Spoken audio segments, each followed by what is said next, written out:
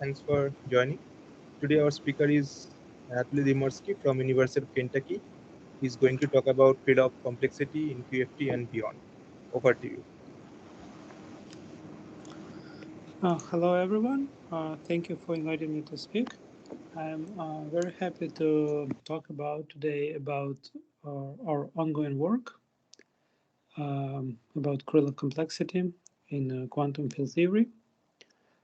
So, Krylov complexity emerged a couple of years ago as a new proposal, as a new quantity to probe quantum chaos and to quantify quantum chaos and maybe also quantify complexity growth. There are some proposals in the literature.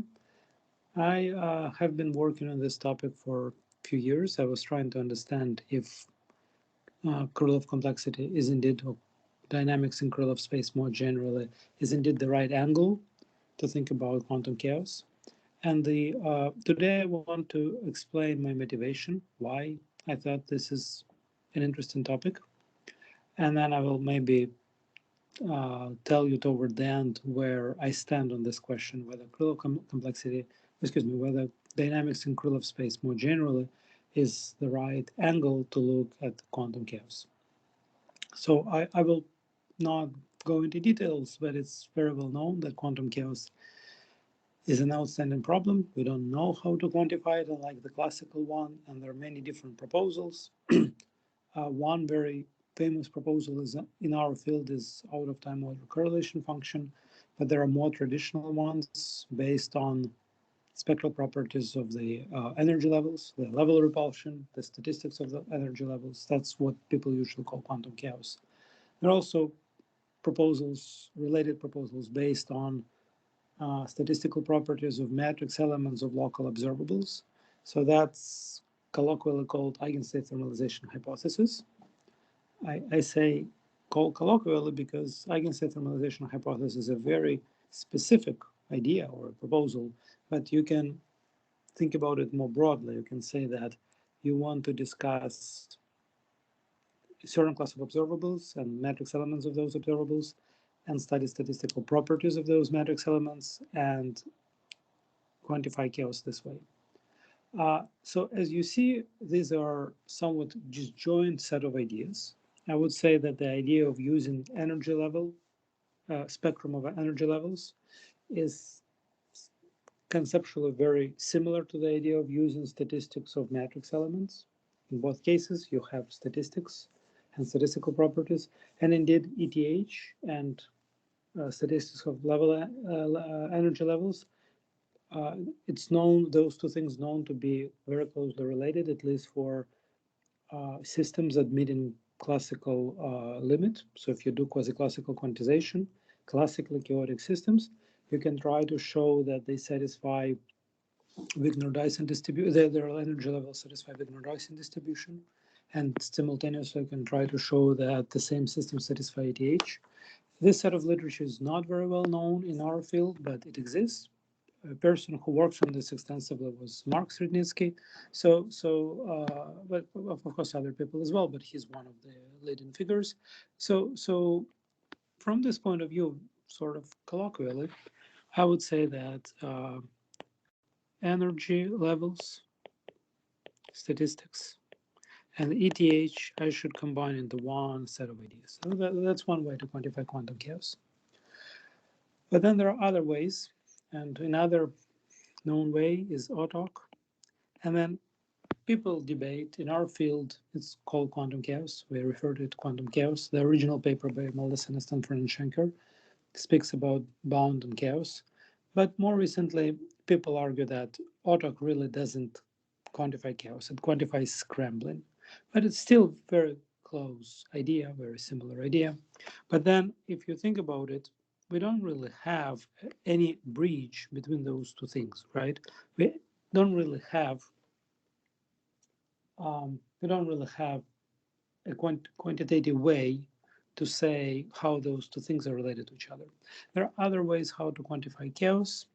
They're even less known in our high energy community, but those things are related to exponential sensitivity.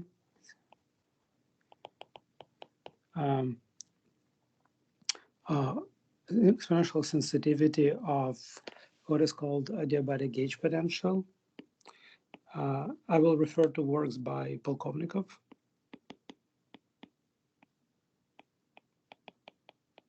So these works emerged around 2020, so just a few years ago. I do not know if we should put them on the same footing. Those two things, these are two established things with a lot of literature to them and a lot of studies. This thing is relatively new, but it just shows that perhaps there are many other ways, many other ideas how people try to quantify chaos. And then again, it would be nice. So what was peculiar about this idea by Polkovnikov and his collaborators is that they were able to quantify chaos in a way that they saw that once you start with a quantum integrable model and break integrability by an exponentially small amount, you already see some chaos emerging. So it was exponential sensitivity, which is otherwise not seen or common. But in any way, more broadly, I would just probably say that there are many other ways how you can try to quantify chaos, and the relation between those other ways and the autark and statistics of matrix elements and average levels is not related. So when Krylov dynamics in Krylov space was proposed in 2018 at late 2019, late 2019, I think. Sorry, 2018 in December. I'll give a reference to a particular paper.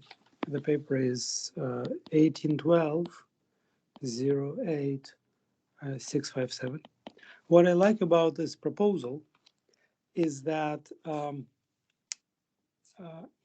you can immediately see that there is a good potential for this proposal to be related to statistical properties of matrix elements, to ETH, to statistical properties of energy levels. But at the same time, the original paper already explicitly outlined a potential connection between dynamics in Krylov space and autark.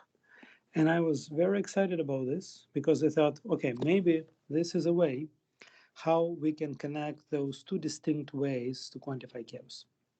So that was my original motivation, right? And then whether there are connections to other things, we don't know, there might be. I will mostly speak about today this triangle, but then I want to say that in our field, in the energy field, people sort of seized the aspect of this Krylov story that it speaks of complexity. Why it speaks of complexity? It's actually an interesting question because the original paper immediately introduced the notion of Krylov complexity. They argued why they call it a complexity, but there is no obvious connection to proposals of complexity which we use, let's say, in holographic correspondence. Nevertheless, there is a bunch of papers. I think the leader of this direction was Eliezer Rabinovich, has been Eliezer Rabinovich. He's still working on this. And they were trying to see, those papers were trying to see if there was any way to connect dynamics in Krylov space to the notions of complexity in quantum field theory, holography, etc. Right? So from this diagram, this schematic diagram, you can think that okay, Krylov space, it's an interesting formalism because it might give you an edge to connect those two, all those disjoint things together. So there will be like a universal language. And of course, once you have a hope that it will have something very universal, that gives you strong motivation to study it. So this is sort of an introduction. And now I'll try to quantify some of these ideas. I want to tell you a little bit more about what Krylov space is and how to discuss dynamics in Krylov space. But mathematically, just mathematical introduction.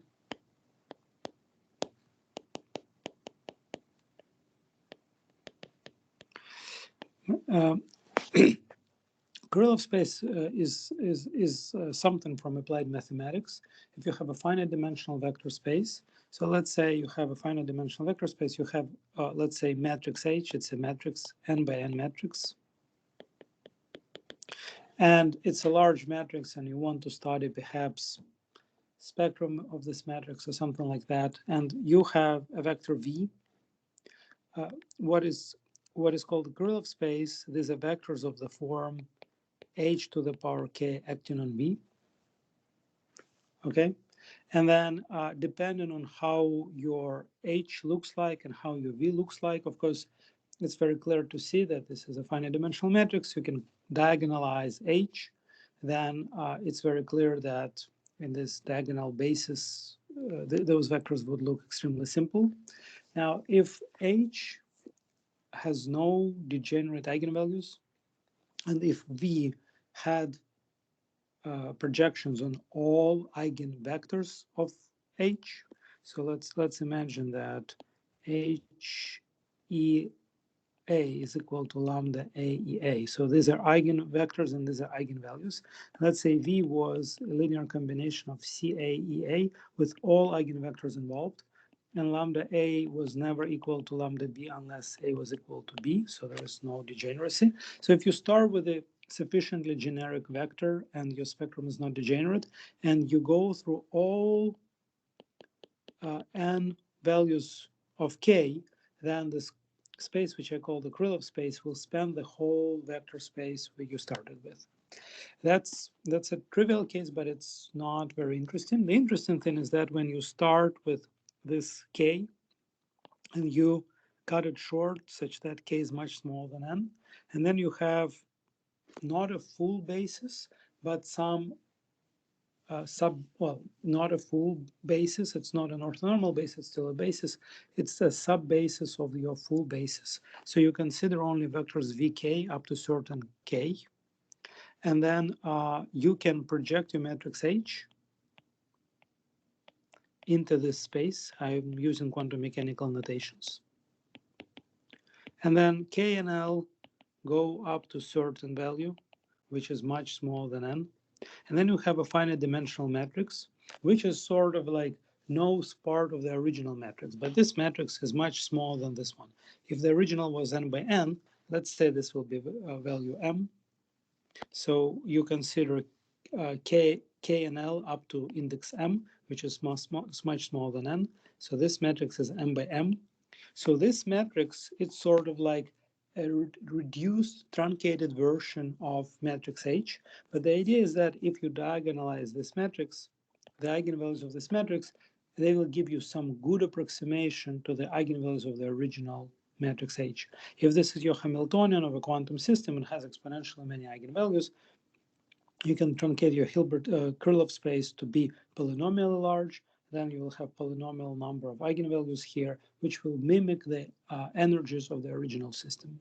So this gives you some numerical approach how to discuss quantum dynamics. And over here, you thought that H is a Hamiltonian and B is a vector in the Hilbert space. So this is some sort of quantum state. And that's how Krylov space is also used. But in my talk today, we will do exactly the same.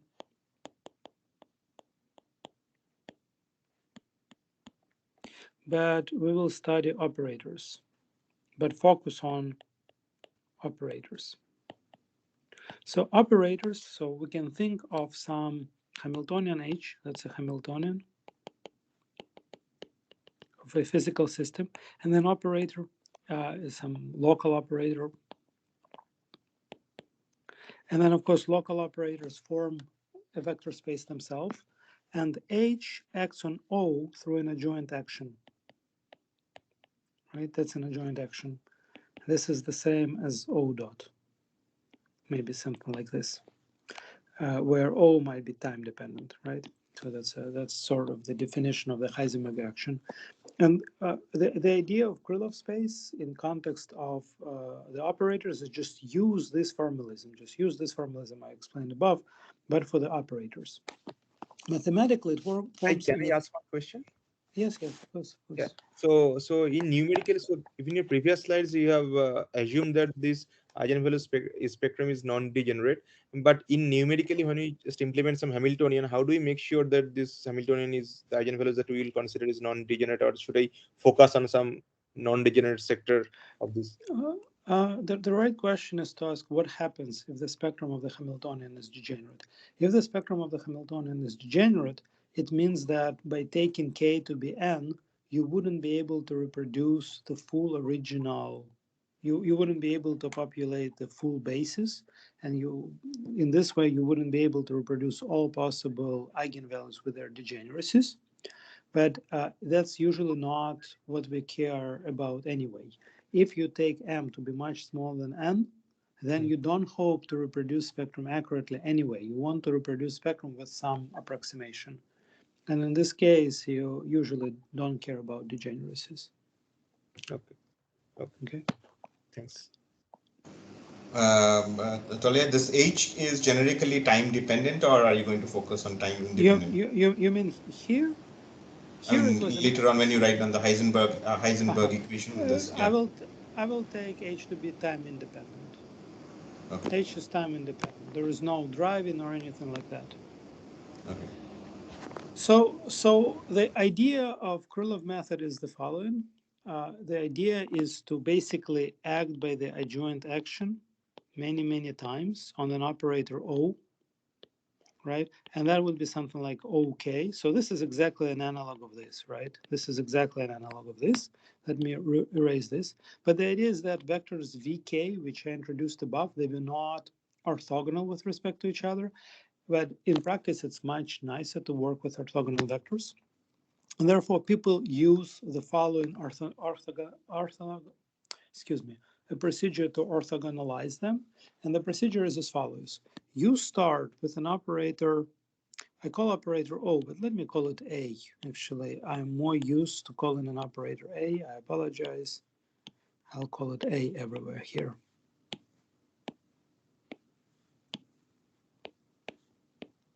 So you start with an operator A0, which is just A, and then you do iterative procedure. A n plus 1 is equal to the commutator of H and A. So that's exactly how it was a minute ago. An, that's exactly how it was a minute ago. And if you want, I will write K. AK plus 1 is equal to H commutator with AK. But then, if I just leave it like that, it would be exactly what I had on the previous slide. But I want AK and AL to be orthogonal to each other. I will explain with respect to which scalar product. I want them to be orthogonal, not necessarily orthonormal. That's a more complicated condition, but at least orthogonal. And therefore, I need to subtract. So in principle, I need to subtract AK here. And in principle, I need to subtract AK minus 1. And then in principle, maybe I should also subtract AK minus 2 with some coefficients such that all of these AK guys are orthonormal. But the miracle happens, and this miracle happens because I choose the scalar product which is respecting adjoint action. This is an adjoint action. I will choose a scalar product, I will explain it in a second, which will respect the adjoint action. And if I do that, then apparently I don't need to add any guys like that. If I just subtract AK and AK minus 1 with special coefficients, such that I have orthogonality, then it's automatically orthogonal with respect to everything else. So what is my scalar product? My scalar product is, my scalar product is induced by the following fundamental object. So now let me actually, so I started with some mathematical procedure, how I define the Krylov space, but let me go actually to the step 0 and define the physical object which I want to study. That maybe would be more logical from the physics point of view. I took the logic of mathematics in this talk, but let me go back to physics roots. The object we want to study is an autocorrelation function, which for the quantum system is defined as the trace of the full Hilbert space. Then I have a Hamiltonian with the exponent, so this is like thermal expectation value. And then I have A of t, and then I have A of 0. So you see that this is essentially what people would call autocorrelation function, with the only difference is that I have what is called symmetric ordering. Normally, we would take this thing and move it over here, and that would be like thermal expectation value. But for some reason, I decided to have symmetric ordering, and the reason I will explain in a second. So this is like in physics, well, in this original paper I introduced before, they call it Whiteman ordering. It's a symmetric ordering with respect to imaginary time. So this is my autocorrelation function. I can also define a Fourier of that.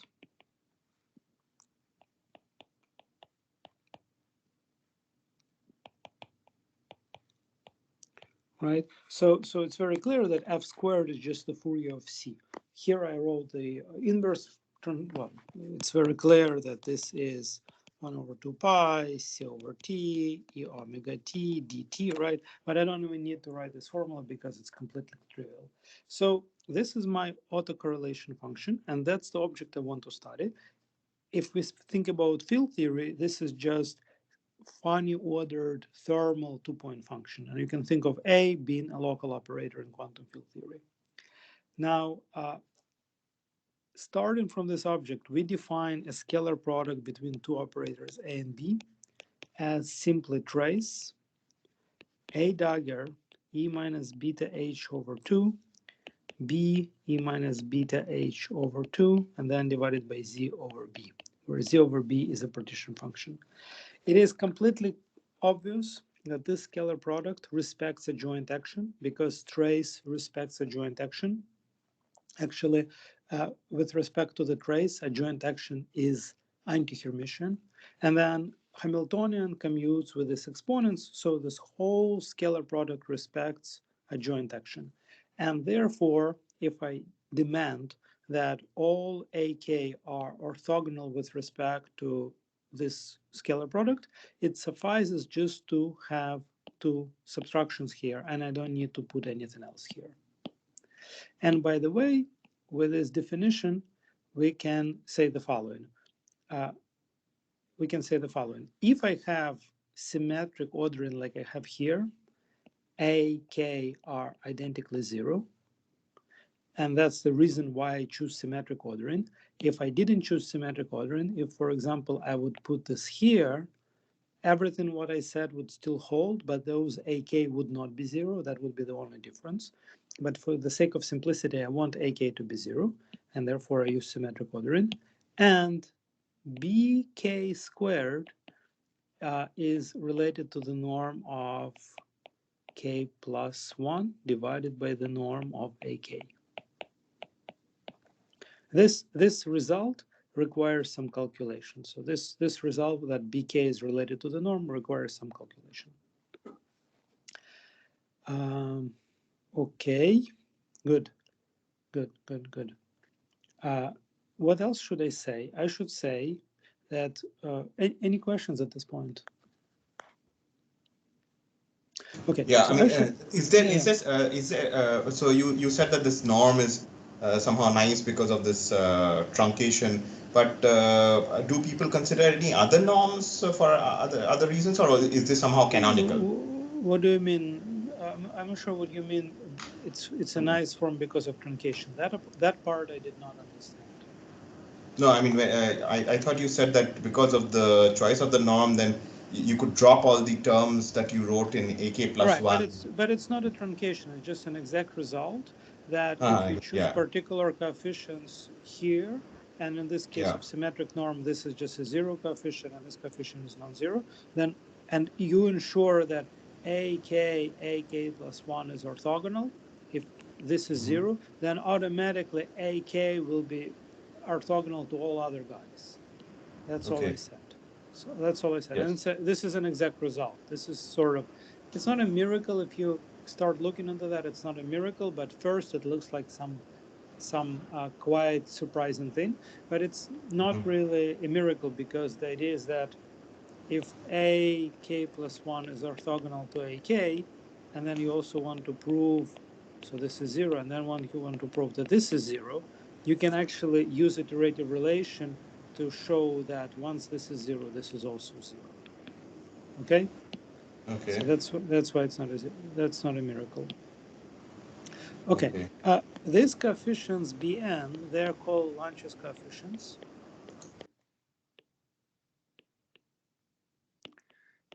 And they completely parameterize the two-point correlation function CFT. Mathematically, just completely parameterize this correlation function.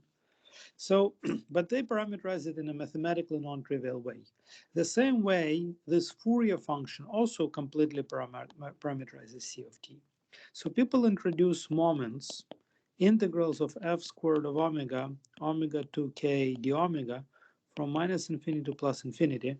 And those moments also unambiguously parameterize this correlation function, which means that the set of moments unambiguously parameterize Lanczos coefficients and so and vice versa. But the relation between this set and this set is quite non-trivial mathematically. Okay, good. So now we're dealing with a two-point function, and the question is, mathematically, maybe what we are doing, we are taking the autocorrelation function, which I call CFT. If you're more like a field theory person, you can think about thermal two-point function. And you want to ask yourself, but don't think about too much about field theory, because field theory is really a different story. But nevertheless, two-point function. And you want to ask yourself, is it even true that two-point function knows about chaos? And at first glance, maybe it's a stupid idea because, well, sorry, if you cannot resist, like myself, thinking about field theory, you know that in many field theories, two-point function is fixed by symmetries. So is it really true that it knows anything about chaos? So at first glance, it might be that it doesn't, but this set of ideas was first pushed not by high-energy physicists, but by condensed matter physicists who didn't know about universality of two-point function. And therefore, I'll give you some historic perspective. Uh, in as early, I think, as 1999, there was a paper by a friend and a colleague of mine. Back then I did not know about this paper by Boris Fine. He's a condensed matter theorist. He considered classical spin systems. When you say classical spin system, it means that instead of spin you have like a bunch of vectors. He considered classical lattice systems in higher dimensions. And he empirically noticed that if you look at f squared of omega and you take a look at omega goes to infinity, then if omega goes to zero exponentially, that means that the system is classically chaotic. And if the system is integrable, then it goes to zero faster than the exponent. So let me write here omega squared, but it could be schematic because, well, he noticed that it goes to zero faster than an exponent. This is just an empirical observation. There is no theory behind that. Now, shifting gears a little bit to 20 years down the road, to our paper, which I wrote with my collaborator Alex Avdoshkin. And you see, it's not exactly a historic way how it developed, because that was after the paper. Like the original paper about Krylov space was 1812, and this is the paper 1911. So this is like 1 year later. We studied quantum lattice systems, and for the quantum lattice systems, you can try to estimate a norm of nested commutators of this form. Now, this is just an estimate from above, but we really were trying to do a very good job, very accurate job, bounding those norms from above. And we give an argument why we think that our bound is the best possible bound. Now, I want to stress, we're not trying to say that our bound is better than other bounds in the literature. That is also true. To the extent I know, this is also true.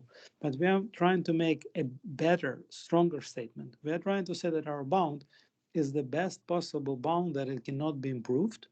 And it means that, mathematically, it means that in a particular class of Hamiltonians, which satisfy certain general properties, they are defined on the lattice of the same geometry, and the local strength of couplings would be bounded by the same constant. right? So you have different local couplings, but let's say the norm of local Hamiltonian is always bounded by the same value. That in this class of Hamiltonians, there would be a Hamiltonian for which this bound would be saturated. So that's a mathematical statement which we implicitly put forward. So this bound would go like this: alpha k, alpha to the power k, k factorial. Now, if you give us that this is the best possible bound, and you try to calculate what would be C of t, you will immediately see that this C of t, at least for positive t, that would go like sum over k, alpha kt to the k. So that will give you some sort of singularity, right? This is a singularity. Now, this is very schematic calculation, but the mathematical statement is indeed, so here it's a pole singularity. We don't say it has to be a pole singularity, but an important thing we say, in the best possible bound, it looks like in higher dimensions you have a singularity. And if you have a singularity, this singularity would be, so here along the conventional Lorentzian time, you should have I, but instead I want to study modulus t, and it means there will be a singularity in a t-plane. There will be a singularity along imaginary axis.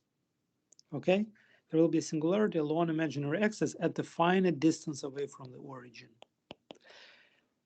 What does it mean? It means that if you remember, so this is your function C of t, it has a singularity.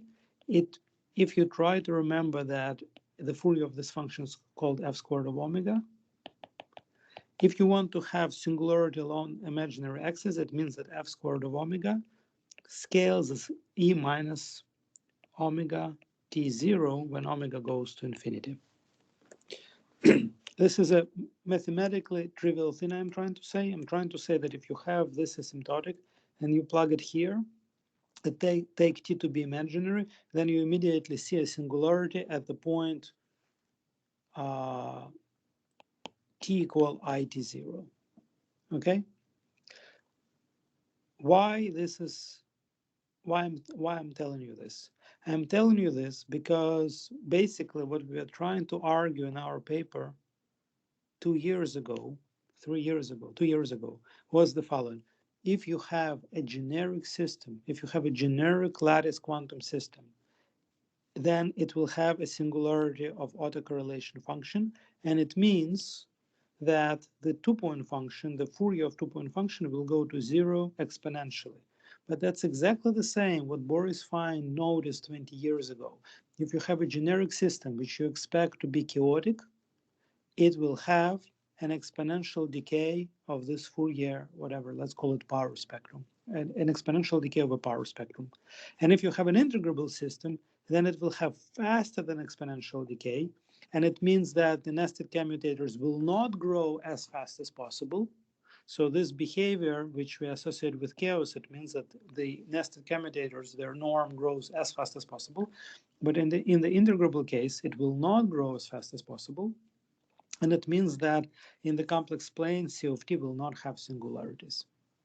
Okay, so in that sense, what we saw in our paper 2 years ago is exactly the same what Boris Fine saw 20 years ago. He saw it empirically, numerically for classical systems. We see it more analytically and for the quantum systems. But then the same thing, essentially the same thing, was said in 2018. I'm writing this number again in a paper by Parker et al. Besides Parker, there were a bunch of other people. The PI was Ehud Altman from Berkeley. That was his group at Berkeley. Among the co-authors was also my co-author Alex Avdoshkin. So that's the paper about Krylov, like original Krylov paper.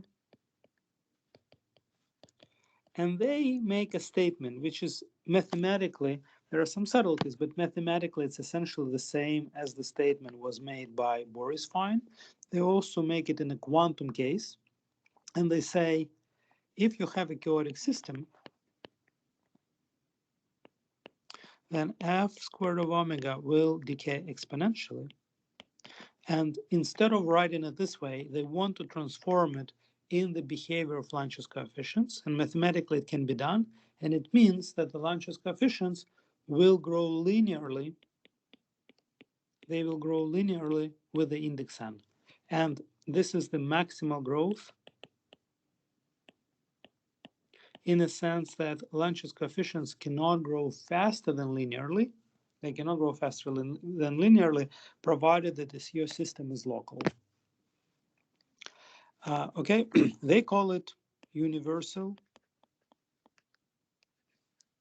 operator growth hypothesis. But it basically means that the Lanczos coefficients grow as fast as possible, but that's the same as to say, mathematically, up to subtleties, the same as to say that f squared of omega goes exponentially to 0 for large omega. And if you have integrability, f squared of omega goes to 0 faster than exponential, which is the same to say that Bn grows slower than linearly with n. Okay, so basically what this original Krylov paper did, they took the result of 20 years ago. Of course, that's not how the paper is written, but if you look at it, in the end of the story, they generalized that result of 20 years ago, they extended it to quantum domain, and they have rewritten the same conditions, just in terms of Lanczos coefficients. Okay, what do we learn from this? Well, of course, they give additional examples and arguments, but and maybe I should go through those examples. So there was examples in the classical case by Boris Fine. There are examples by SYK, by this Berkeley group. The same Berkeley paper discusses like Eisen model, which is integrable, which is clearly behaving like this, with this being a function which is, well, there could be behavior like square root of n. Square root of n means that f squared of omega is Gaussian. Or it could be like O1 of, like O1 means that this Lanczos coefficients go to constant, and it means that f squared of omega is like goes to 0 literally. It means that there is a maximal omega after which this function just becomes 0. So there is omega max. Well, they outline all possible, well, they outline several typical behaviors and explain what happens with the Lanczos coefficients. They go through several examples, so on and so forth. There is some interesting numerical evidence. More recently, with no connection to Krylov's story, I think the most non-trivial evidence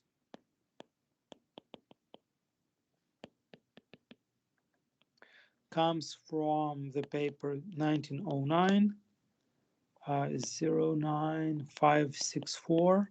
That's a paper which discusses XXZ model. That's an interacting integrable model. And since it's integrable, we expect faster than exponential decay.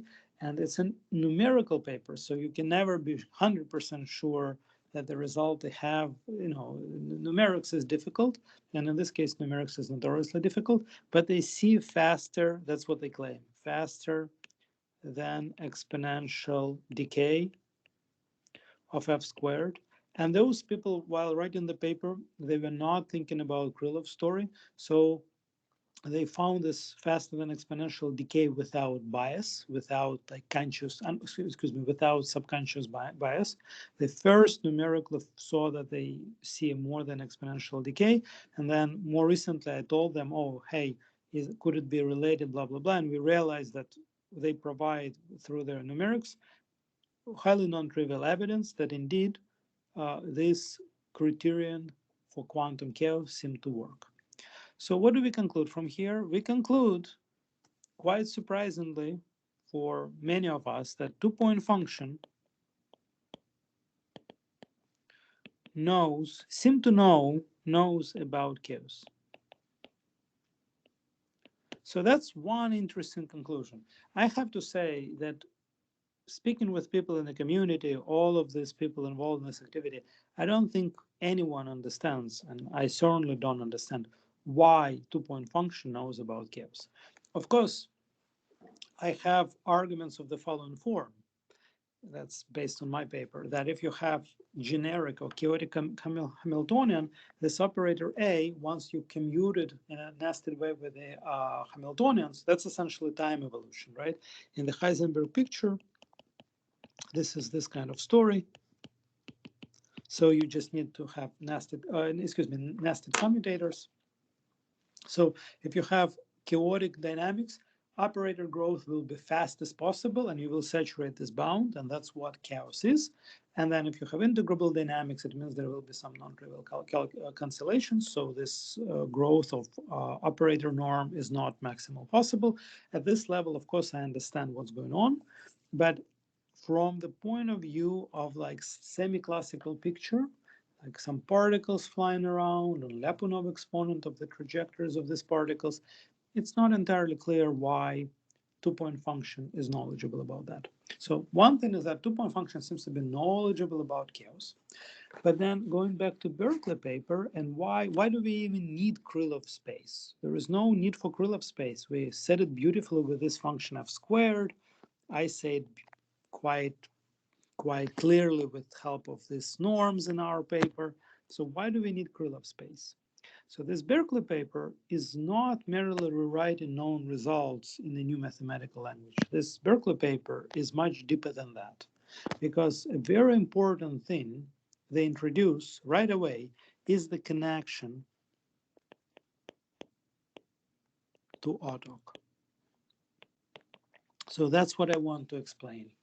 So in this Berkeley paper, they say, you know what? If you have an operator A of t, you can expand it in Krylov basis. That's just a mathematical thing, right? So an is this operators and cn are coefficients. So that's a mathematical thing expanded in Krylov basis. Then you can actually normalize this basis. So I was telling you that an, am were orthogonal but not orthonormal.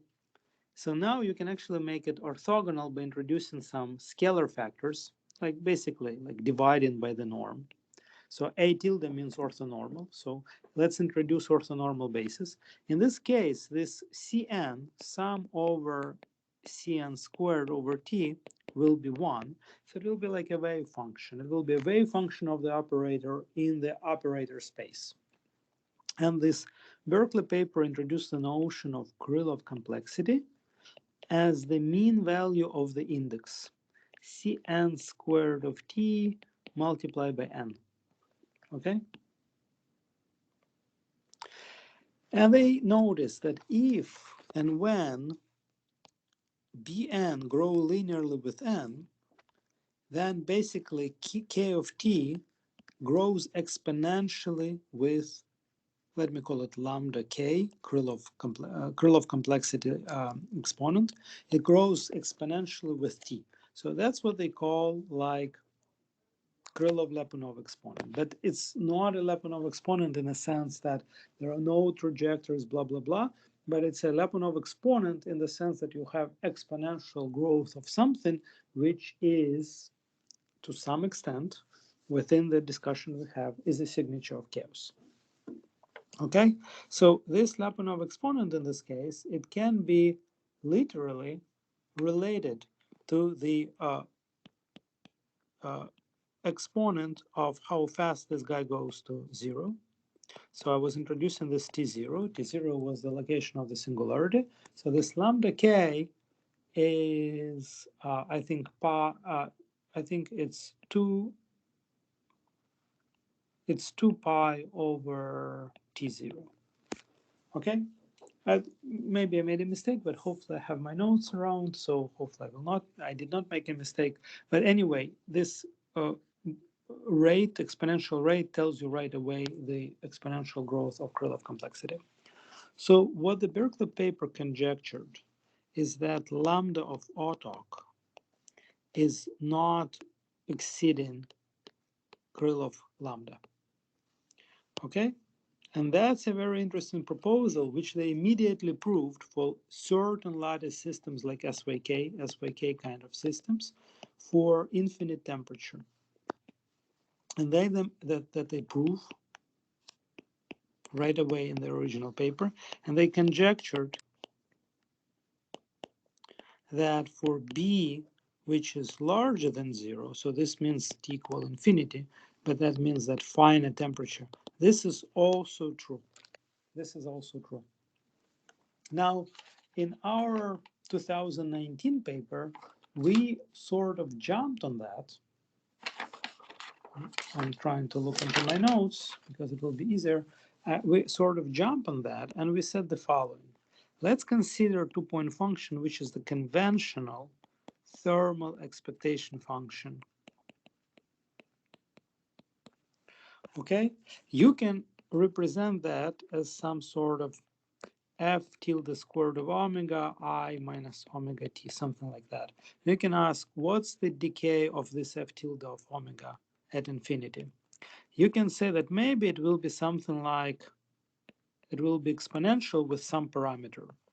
And then, using this conjecture, we can say that lambda autoc is smaller or equal than 2 pi t, t is the temperature, divided by 1 plus 2t b bar. So that was in our 2019 paper. And that sort of was our proposal. And this proposal was very recently put on a much more solid footing. Essentially, was proved in a paper by Alexei Kitaev and collaborators.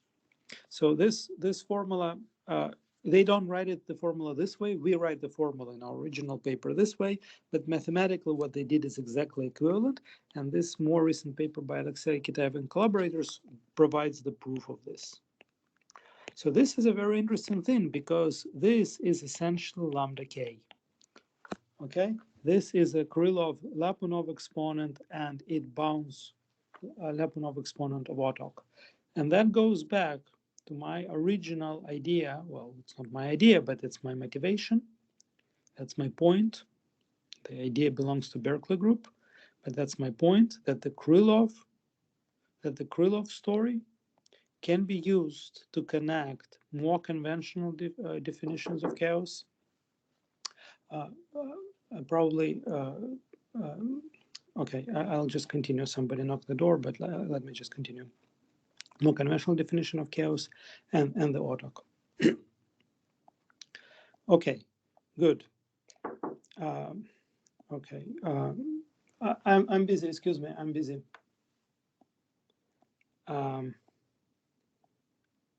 Okay, so let me try to continue. In fact, this important relation between lambda autark and lambda Krylov can be expanded in some way trivial way, right? In some way trivial way. If you look at the if you look at this quantity here, this quantity here is always smaller than 2 pi t, right? Because the denominator is always positive and you have b bar, which is non-negative.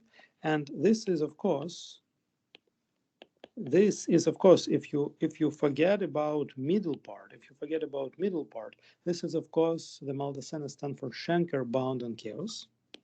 And if you put the middle one, it means that we extended Maldacena-Stanford-Schenker bound on chaos. And that's already very interesting because it means that Maldacena-Stanford-Schenker bound on chaos, it's a part of a bigger story.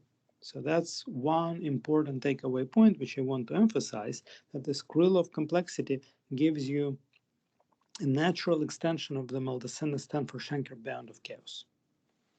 Okay? Now, naively, if you look at the field theory, we all know very well that the thermal expectation, that the thermal two-point function has a singularity as soon as t equal to 0. Because two operators collide, it's a local field theory, you have a singularity. If it has a singularity, it means that this quantity b bar would be 0. And since this quantity b bar would be 0, then this would be 2 pi t right away. So it basically means that in field theory, this inequality becomes equality, right? But let me reiterate. So we think this is sort of how we think about it right now. This is sort of a conjecture, and this conjecture in some way goes beyond what was in the original Berkeley paper, that this is a universal conjecture which applies to all systems, right? But then if you care about QFT, in the QFT, it seems the story becomes less interesting. It simply becomes lambda k is equal to 2 pi over b. So that's simply Maldacena standard Schenker bound on chaos, and we don't get anything new. That's how it seems to be. I only have 10 minutes left, so let me ask if you have any questions, because I'm coming to one of the punchlines, to the final points of my story. Yeah, so can I ask one question?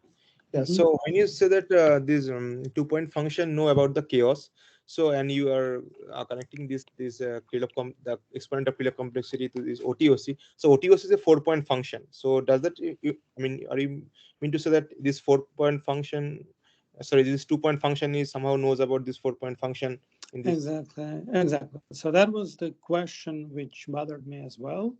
And so let me, I don't, yes. So we started studying Krylov complexity in the context of conformal field theories a year ago in the paper 2104 09514. And in that paper, we understood the following thing. First of all, we understood that at least naively, I want to stress that at least naively, this new conjecture, this new conjecture just reduces to Maldacena-Stanford-Schenker bound on chaos, which is okay. That doesn't contradict anything, but it also doesn't give you anything new. But at the same time, as you said, it's a little bit strange that the 4-point function is bounded in terms of 2-point function. Usually, if you have effective field theory perspective, 2-point function doesn't control 4-point function. But if you also say that your theory, let's say, is unitary or causal or something like that, that might put a bound on the strength of 4-point function or the strength of 4-point coupling. It's very schematic. I'm not telling you that there is any proof or way to quantify it, but schematically you understand that 4-point coupling could be constrained by some physical properties, and therefore certain properties of 4-point function indeed could be bounded by 2-point function. And Okay. that's presumably what is happening here. Although I think it would be very interesting to understand it at a better level. Okay, thanks. Okay, but a year ago we understood that it doesn't look like there is anything more non-trivial here than just Maldacena-Stanford-Schenker bound. That's because whenever you have local quantum field theory, this this beta bar is just zero, and as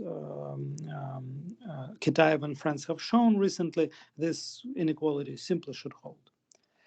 But quantum field theory is a very rich object, and we realize that there are examples of quantum field theory which are actually trivial examples. If you put free scalar massless field which you put on a sphere, then in that case, it's no longer true that Bn grows linearly with n. So in some sense, it just contradicts the original proposal of the Berkeley group, because they said that you will have maximal growth. But we found more interesting behavior. The behavior we found is the following. We found that Bn would go linearly, but there will be two slopes. B2n will go like alpha 1n, and B2n plus 1 will go like alpha 2n. There will be two different slopes. So it's still linear, but sort of with two slopes. And if it's with two slopes, then one has to reconsider everything, because the story that I told you before, that the Krylov complexity will grow exponentially, so on and so forth, that has to be reconsidered. So we reconsidered this story, and we found that in this case, Krylov complexity would still grow exponentially, but the relation between this lambda k and the singularity will be highly, highly non-trivial. We had to solve, well, it's sort of like an auxiliary path integral. It's a mathematical path integral. It's not a path integral of the original physical system, but there was some mathematical auxiliary problem involved where we had to calculate path integral in the semi-classical approximation. It's integral over Dicke paths. It's related. Let me just not confuse you. It's related to this mathematical difficulty of going between Lanch's coefficients and the moments. Apparently, to have a transition between those two things mathematically, there is this summation over what is called Dicke paths. And then if you want to do it in the limit of very large k, you need to semi-classically calculate this path integral. So we did that. It was a very non-trivial thing. But then once we did that, we realized that with this alpha 1 and alpha 2, the Lyapunov exponent will be essentially square root of lambda alpha 1 and alpha 2. So k is still going as e lambda kt. But then the relation between this alpha 1 and alpha 2 and the singularity, so let me tell you the following. In quantum field theory, two-point function, thermal two-point function, always has a singularity when t goes to 0. So in Q of t, it's always true that b bar is equal to 0. It's always, always true. But that's for the conventional thermal ordering. If you try to take this exponent, split it in half, and put 1/2 here, that means, I may be jumping between slides, but I hope it's still possible to follow. It means that you will have Weidmann two-point function with the singularity t0 sitting exactly at b over 2. Sitting exactly at b over 2. And mathematically, it's not an elaborate statement. It simply means that if you have thermal two-point function as a function of as a function of t, it has a singularity here, and it has a singularity minus I beta. And then if you have symmetric ordering, it simply means that you have I beta over 2 and minus I beta over 2. And this is your t. So you basically shift by beta over 2, and that's the difference between thermal ordering and symmetric ordering. So, but the relation between this alpha 1 and alpha 2 and this t0, which is just beta over 2, is highly non-trivial. So we were able to find this function in terms of some complicated integral. But the point is, when you try to translate everything and calculate the Lyapunov exponent, and you want to ask a question, remember we had O autarch smaller or equal to lambda Krylov exponent smaller or equal to 2 pi over b. This identity becomes a highly non-trivial identity, which is not which is not saturated, but it is satisfied. So basically, it means that whenever you have this alpha 1 divided by alpha 2, in the case when alpha 1 divided by alpha 2 is 1, which means that you have only one slope, then you literally have the same thing, but otherwise you have something which is strictly smaller than 2 pi over b. And as a punchline, my time is up, as a punchline, we have checked in a non-trivial case of quantum field theory that this part of the identity holds. Okay, so what is the punchline? The punchline is that we have this object which is called Krylov space, and we can study dynamics in this Krylov space. And this dynamics in Krylov space seems to be knowledgeable about underlying chaos and seems to be related to autarch, and in a non-trivial way, in a sense that we have this double inequality, which we conjecture to be a fundamental inequality. It includes the autarch, it includes the Krylov-Lyapunov exponent, and it includes the Mulder-Sanford-Schenker bound in chaos. So this is something new. It was partially proven by Kitaev in the vanilla case. Well, it's still a highly non-trivial result, but in a vanilla case, we have checked it in a particular non-trivial scenario that this part holds, but I still think that provided that our conjecture is correct, and this is a completely universal thing, we are still missing a uniform approach to understand what this is all coming from.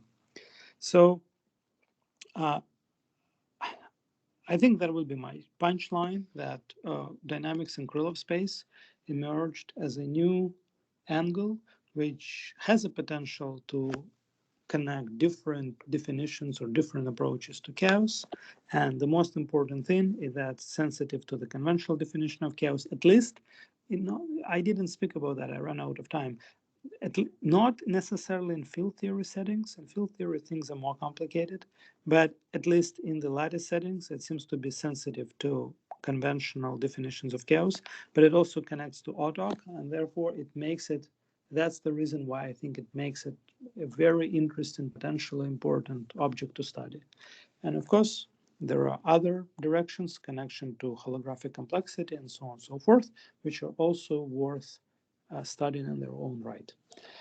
With that, I would like to finish, would like to conclude and welcome your questions, if any. Yeah, I have a question. It's in few parts. So the first question that I would like to know is that uh, do all the so let's consider a system which is, let's say, classically integrable or classically chaotic. If we look at its quantum counterpart, then is it does it follows the same behavior, or uh, can it happen that you have a classically integrable system, but you can have it you can have when you look at the quantum counterpart of the same system, then it is chaotic? Is it possible? Well, I mean, it depends on your definition of chaos for quantum systems, but I suppose you're asking how the Krylov complexity behaves in a system which is classically chaotic and was quantized in a quasi-classical way. I think the original paper by the Berkeley group discusses this to some extent, but I don't think we have any mathematical statement about this. So What about, yeah, go on. I think it's an interesting question if you can make a rigorous universal statement about behavior of this Krylov complexity in case of quasi-classical quantization of a classically chaotic system. Okay. But let's say if I'm talking about the level statistics, is it possible that you have a classically integrable system, but if you look at its level spacing and all those things in the quantum system, then it becomes chaotic? No, actually, well, I mean, you need to speak with an expert who will tell you there are some exceptions or anything, but Oh, it's well known that if you have classically chaotic system and you quantize it quasi-classically, it will exhibit level repulsion. And that was a significant breakthrough through the, I think, 80s and 90s, where people understood and were able to prove it. And the key words probably is a trace formula, but there is a beautiful story how you can try to understand the spectrum statistics quasi-classically when you have trajectories of particles. Well, they don't have to be particles, there's a trajectories in the phase space of a dynamical system, and the what is called long periodic trajectories and their statistics is what is behind the level of repulsion in the for the system with a quasi-classical system with a chaotic classical counterpart. So that is essentially, well, from the physics point of view, that's essentially a mathematically rigorous thing. Of course, mathematicians are still working on this, but from the physics point of view, this is a completely understood story. Okay, Yeah. Srednitsky in late 90s was trying to do the same with ETH, and not only him, but other people as well, and he succeeded. He also have shown that if you have a classically chaotic system and you quantize it quasi-classically, ETH would apply. So in that sense, for quasi-classical quantization of classically chaotic systems, this corner is understood why those manifestations of quantum chaos emerge. This is understood. I was just trying to say that it would be nice to extend this analysis to this corner. Okay. And there is one more question regarding the Lenzos algorithm. When we take our initial operator, almost everywhere it says that the operator has to be Hermitian. Uh, is it Yeah. a necessary condition? Can we use it for, let's say, any generic local operator? Let's say Which unitary is, operator, or let's say any non-Hermitian operator? well, I suppose you might need to modify the procedure a little bit. I'm not sure to what extent. My bet is that you can, with a certain modification, you can use it for any operator, but I did not seriously think about it. But it should be possible to, extend it to apply to any operator. Okay. And the last question. So there are various other definitions of norms. So you used what is called the Whitman norm, but you can have something else. For example, something called the standard norm, where you take two copies of in certain way. It's actually given in the paper of operator growth hypothesis. So I was just wondering, does changing the norm? When you say the norm, you mean the scalar product? Yes, yes, yes. The scalar product. You're referring to this part, right? Yes, this part. Okay. So Yes. we can have something else. For example, the standard norm also. There is something which is given in that paper you refer of the operator You growth mean hypothesis. you I put was this here? Yeah. Is that So so it's written as trace of e to the power minus beta h a dagger b plus uh Hermi, plus another Hermit part conjugate? which Yeah, of course, of yeah. course, of course. Yeah. So I was just wondering, is it the case that two different norm are capturing different physics? Means is Well, there something, or are they same? right. So you can ask a question. What happens if you start ordering differently? That's all you're saying. Well, if you do complex conjugation, that's just to make this scalar form like real value. Let's not worry about this complex conjugation. It's a trivial thing. But then the question you're asking, what if you start moving parts of it here? So for example, you can consider a scalar product of the form trace e minus beta h, maybe beta plus alpha h, a dagger e minus alpha h b. Okay, so it's still at the temperature beta, but then alpha is a free parameter, right? So that will give you a whole one-dimensional family of scalar products. Is that what you wanted to think Yeah, yeah, about? yes, Okay, right. then you can define for any alpha, you can define a set of Lanczos coefficients. In this case, it will not only be B, but also A, okay? And you can make them alpha dependent, right? Mhm. And we studied that, let me just give you a number.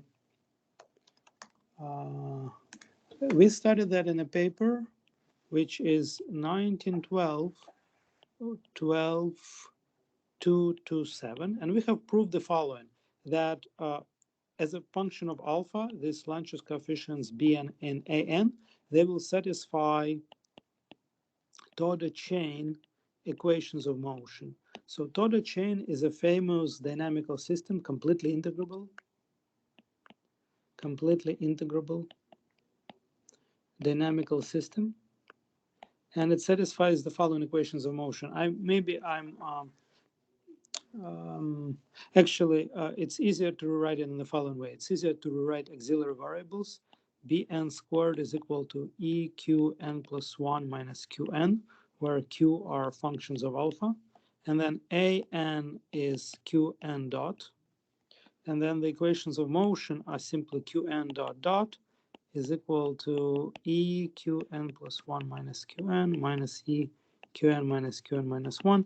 This is the Toda chain equations of motion. Of course, you can write them in terms of An and Bn. It's something like An dot is equal to Bn plus 1 squared minus Bn squared, if I remember correctly. And Bn dot is equal to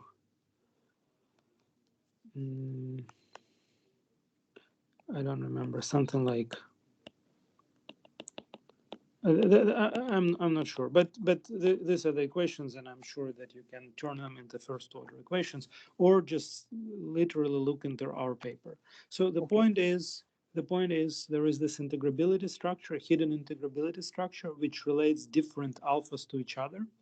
Now, if you know Lanczos coefficients for a particular value of alpha, let's say alpha equal to minus beta over 2, that would be your symmetric ordering. Then by solving Toda chain equations, you can get any alpha you want. And we even discuss how chaos is manifest in terms of this dynamics in the alpha is imaginary time, right? Because you can remember that this was A of t and it was E minus ht. And if you take t time to be imaginary, that's exactly your alpha. So alpha is imaginary time. And we even discuss how dynamics in this imaginary time makes chaos manifest. Okay. Okay. Thank you. Okay? Yeah. Yeah, you're welcome. Okay, so I have one more question. So suppose if we think some holographic picture, go beyond some holographic picture. So what is the interpretation of this Bn's Langdorf coefficients in the not the complexity but in the Langdorf coefficients for when you have a different growth of odd and even coefficients? Is there any?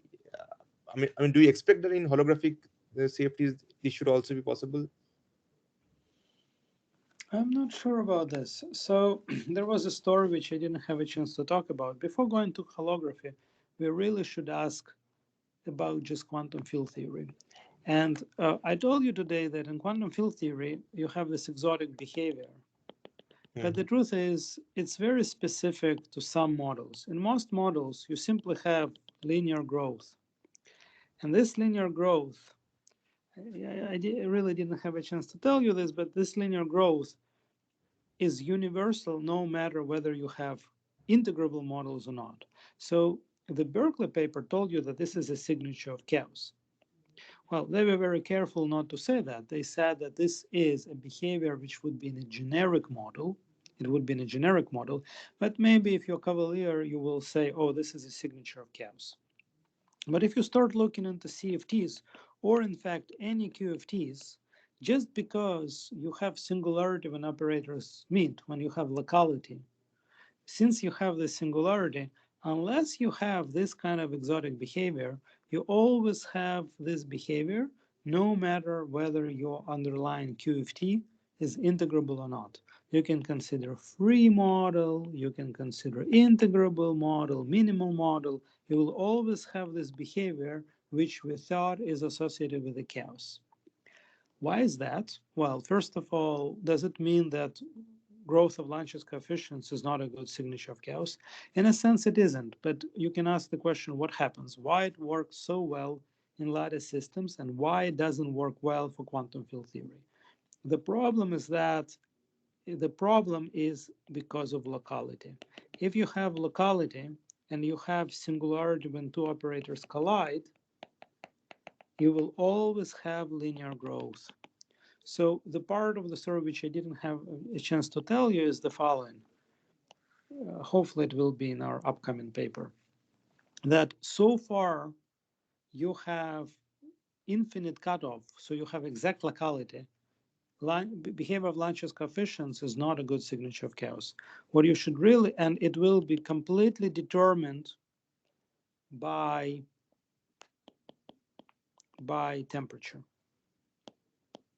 But at some point, it will actually stop, and it will stop at the level of 1 over UV.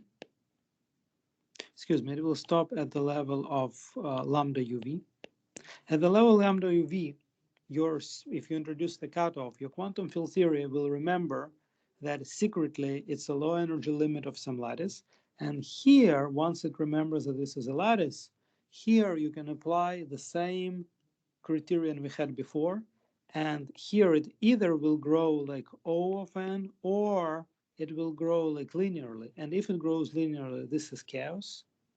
And if it grows smaller than linearly, then it's integrability. But this thing was happening at the UV cutoff level. And this behavior, which is a small n behavior, should not be understood as asymptotic behavior. It is not sensitive to chaos. Okay, so basically the picture is the following. It's not a completely satisfactory picture because it diminishes the value of Krylov complexity and Krylov space, but the picture is the following. In quantum field theory, you don't see the asymptotic behavior of Bn because the asymptotic behavior of Bn is the behavior which is sensitive to the UV cutoff and regularizations at the UV scale, and that's what defines integrability or chaos. That's not fully satisfactory because you would think that low energy physics could be chaotic or could be integrable, and you want Krylov space dynamics to know about it, but unfortunately it doesn't.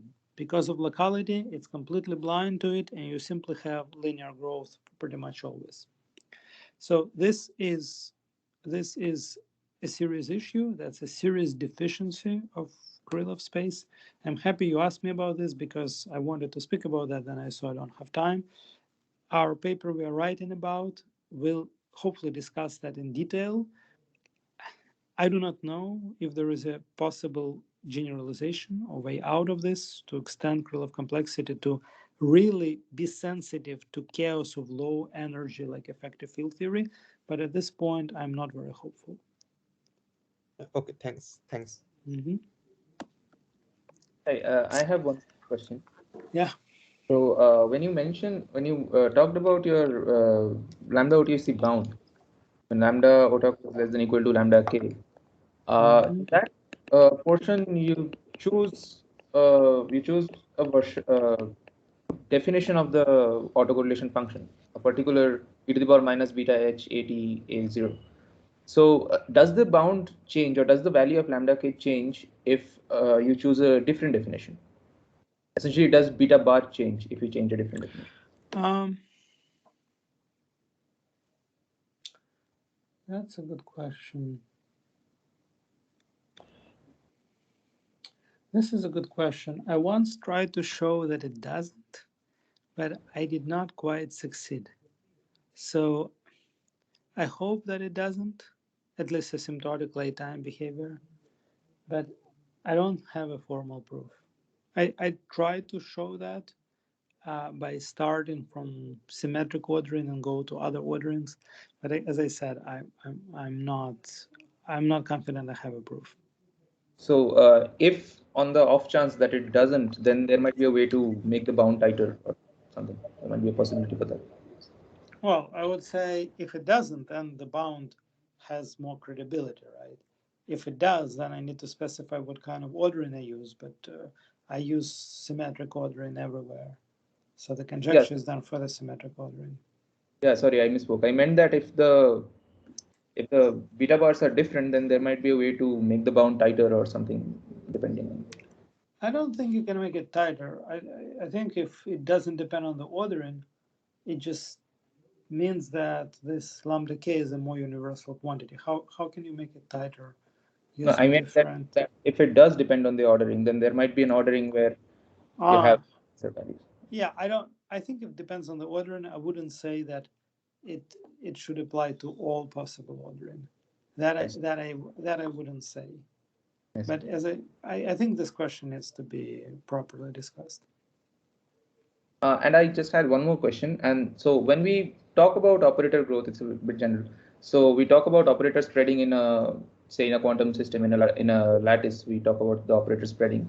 So what would be the correct way to think about operator growth in one-body systems? Well, there are different notions of operator growth. You can have spatial growth. So these nested commutators these nested commutators, where are they?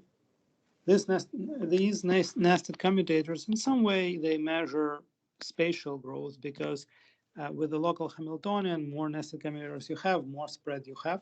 Although it's not entirely true that this is just spatial growth because this operator, this nested commutator, it spreads, but it spreads in a non-trivial way. Then Krylov growth, Krylov complexity, that's the growth in a Krylov space, which is not a spatial growth, some other growth. And if you have a one body system, like what kind of, like bosonic system, like a particle in some Sinai billiard? Well, in that case, you can define Krylov space. That's fine. It's a system with an infinite dimensional Hilbert space, and the Krylov complexity uh, quantifies the growth in the Krylov space, right? Which is not necessarily related to spatial growth. So these are just different notions of operator growth, I suppose. But we can still talk about chaotic behavior in that context. Well, in the context of Sinai billiard, particle and Sinai billiard, of course you can talk about chaotic behavior. That's the that's one of the systems where quantum chaos was established mathematically, essentially. Well, in a quasi-classical regime. Okay, thank you. Okay. Yeah, I have one more question regarding the growth of Lang's coefficient being linear in the chaotic system. Is there a qualitative or quantitative understanding of why it has to be linear but not greater than linear? That's very simple. It's because of the locality. Why cannot be greater than linear? Because let me show here. So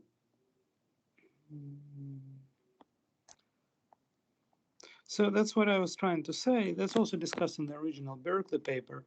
Roughly speaking, if Bn grow linearly, it means that this f squared would go exponentially.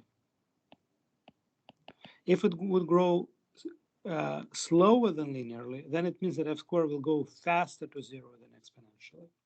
And if it would go faster than linearly, then it means that f squared of omega will go slower to zero than exponentially. Slower than exponentially. So for the sake of the argument, let's assume that f squared of omega will go to zero polynomially with a huge power, 1,000. But then if you try to do a Fourier, you will immediately see, so let's say this is 1 over 1,000, and then here we have I omega t, and let's take t to be imaginary something. So you'll have d omega e omega tau omega to the 1,000. You see that it doesn't matter how small tau is, this integral diverges. So it means that you have a singularity, it's a bad singularity sitting right over here. So basically it tells you that if you have a decay slower than exponential, your function is not defined in the upper half plane. It's actually not even defined for tau goes to zero. So the singularity comes all the way here. So that behavior is a non-analyticity for t equals zero. Now, I need to be a little bit more careful mathematically because you know that for t equals zero, there could be singularity in quantum field theory, but it's a pole singularity. And here we are talking about Worth singularity.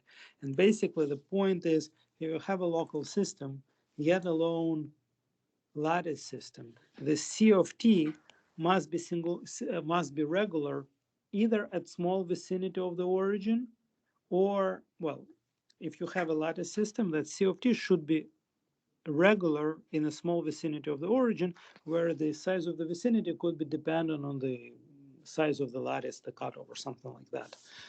And if you take the quantum field theory limit, it's okay for the singularity to come exactly to the real axis, but it should be a tame singularity. And if you say that f of omega goes to zero less than exponential, then you will have a singularity which is much worse. So it's, in a hindsight, it's a very simple mathematical argument why you cannot have slower than exponential decay of this guy, and that's exactly the reason why you cannot have faster than linear growth of Bn is simply because you're dealing with a local system. As soon as you forget about locality and allow yourself to work with non-local systems, C of t will have crazy singularities, but everything is mathematically well defined. Okay, Okay. thank you. Yeah. Okay, so if there are no more questions, let's thank the speaker. Okay. Thanks, you. Anthony, for wonderful talk. Thank you. Bye.